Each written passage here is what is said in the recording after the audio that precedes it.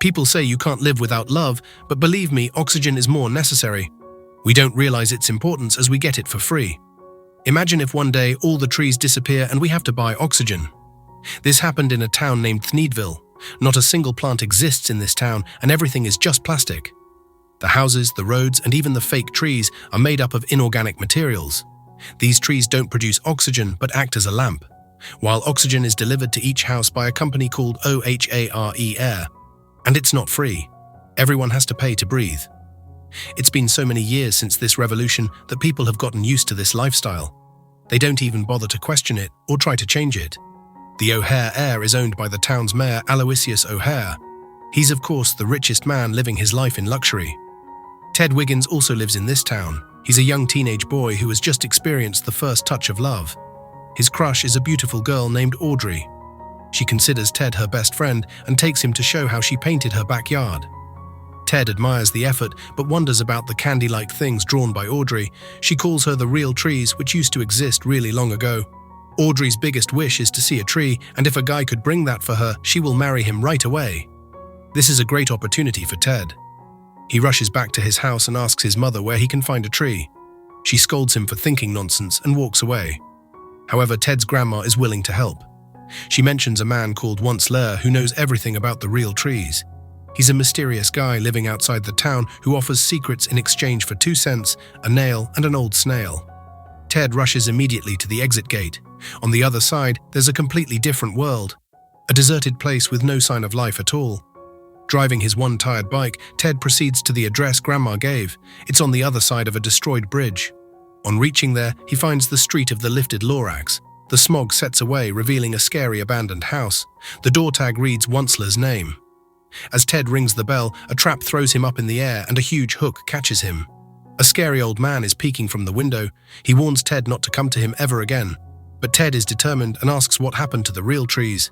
Hearing the word trees drives Once-ler's attention. He blames himself for destroying all the trees. It happened a long time ago when Once-ler was just a young, enthusiastic boy. He set out on a journey to find the right material for his new invention.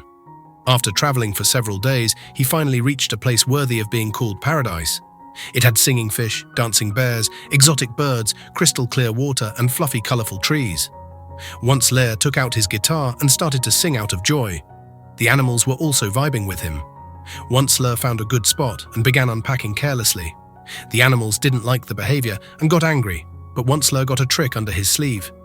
He opened big sacks of squishy, delicious marshmallows. The animals had never eaten something so delicious. After the feast, Once-ler picked up his axe and cut off a tree. Little did he know he had summoned a mythical creature. It's the guardian of a forest named Lorax.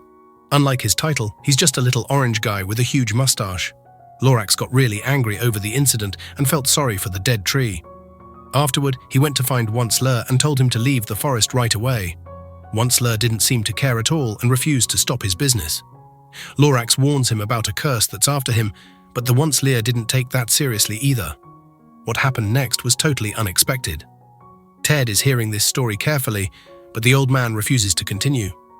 If he wants to know more, Ted has to come to see Once-ler again the next day. After returning home, Ted daydreams about Audrey's birthday. He's there too, presenting an alive tree. They were about to kiss when his mom brought him back to reality. Ted has to meet Once-ler again, but he's forced to spend the weekend with his family. Fortunately, his mom gets bored and moves to her room, so Ted gets a chance to sneak away. But he gets blocked by O'Hare at the exit gate. The greedy mayor doesn't want anyone to learn to grow trees, otherwise no one will buy his packed oxygen. He warns Ted not to mess with him, as he's keeping an eye on every citizen, but the lover boy isn't backing up at any cost.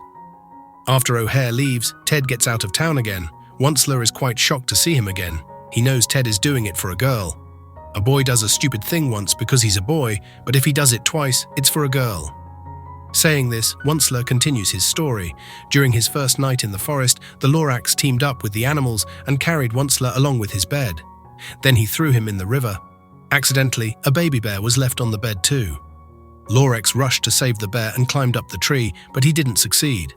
The bed flowed into the shallow water and Once-ler woke up. He started to panic and kept trying to defeat the dangerous water waves. Finally, the bed got a little steady, but the waterfall was just a few inches away. Lorax picked up a stick and used it to throw a huge stone in the direction of the waterfall. It hit the bed and Once-ler was thrown out of the river. Lorax got worried after seeing him unconscious. He used static electricity to wake him up. Once-ler felt grateful for the act of kindness and promised not to cut down another tree ever again. The next morning, he woke up surrounded by all the animals. They were contaminating all of his belongings. Once-ler got angry and decided to leave for marketing his business. Using the fir tree, he made a fabric piece called thneed that can be used in multiple ways, as a scarf, as a rug, as a towel, and a lot more. Lorax made fun of his weird invention and predicted its failure. He was right. Everyone else also made fun of Once-ler's invention. He lost his heart and threw away the thneed. It accidentally fell over the head of a beautiful girl. She looked really trendy, and now everyone else needs a thneed too.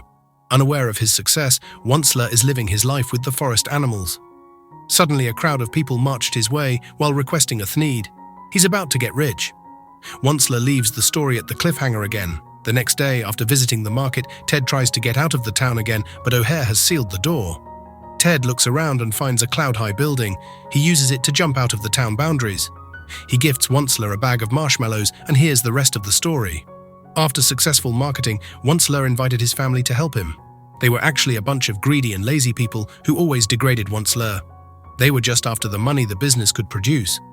Lorax didn't like them at all, but Once-ler assured the safety of trees. The harvesting began, but Once-ler's mother found it too tiring and slow. She suggested chopping down a few trees, and Once-ler agreed. Lorax reminded him of the promise and called him a bad guy, but the greediness for success didn't let Once-ler back off. He picked up his guitar and started singing a song about not being too bad.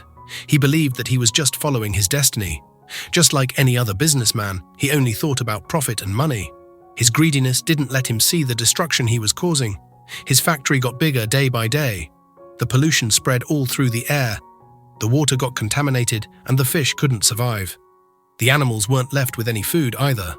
Meanwhile, Once-ler had built a huge luxurious mansion with a spacious office. Lorax came to meet him and told him how he changed. He got everything but still wanted more. Once-ler had become a totally different person and forgot the promise he made. Lorax felt sorry for him, but Once-ler believed he wasn't doing anything illegal and nothing can stop him. As soon as he said that, the last tree was chopped down. There was no more left. Once-ler's thneed business is finished. His family left him and the animals migrated to find a better place. Lorax also flew back to where he came from. Once-ler was all left alone in the polluted environment he created. To this day, he's still repenting for his mistakes. He also wonders why Lorax left without fixing up the mess.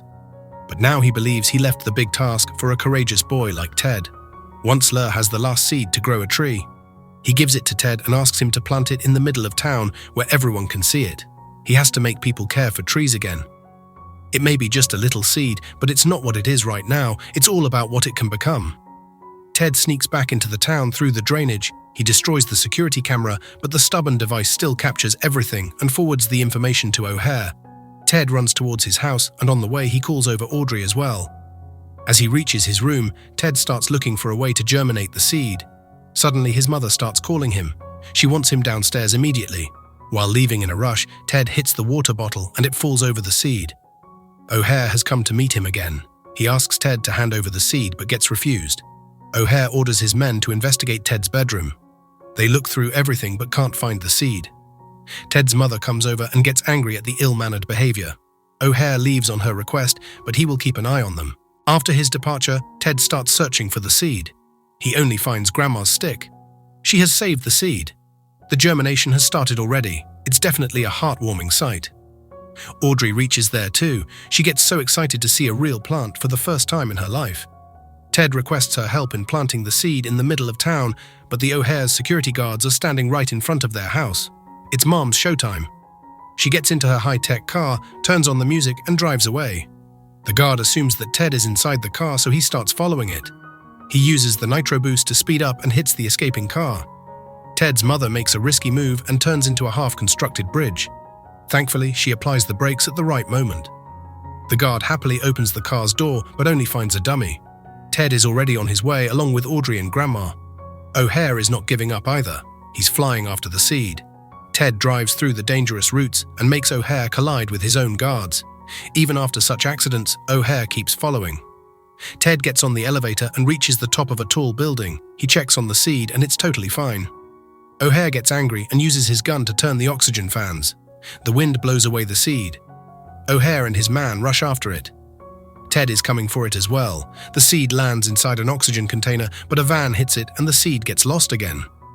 The containers are rolling down the street. O'Hare catches up the seed container, but his hand gets stuck in it. Ted is also coming that way. He almost misses the catch, but the cool grandma uses her stick to snatch away the seed. They drive to the Central Park and start looking for a spot to plant, but there's no mud at all. No worries, Grandma always has a solution. She gets on the tractor and hits O'Hare's statue. The head falls down and breaks the metal ground. The public starts to question their acts. O'Hare comes over and calls a tree filthy and useless. He tries to convince the public that they don't need any trees and that photosynthesis is just a lie. Everyone goes against Ted's intention and proceeds to stop him.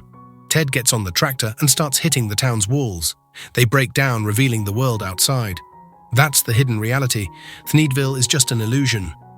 Ted requests everyone to give a chance to trees. People start to get his point. They are tired of living a plastic life trapped inside the walls.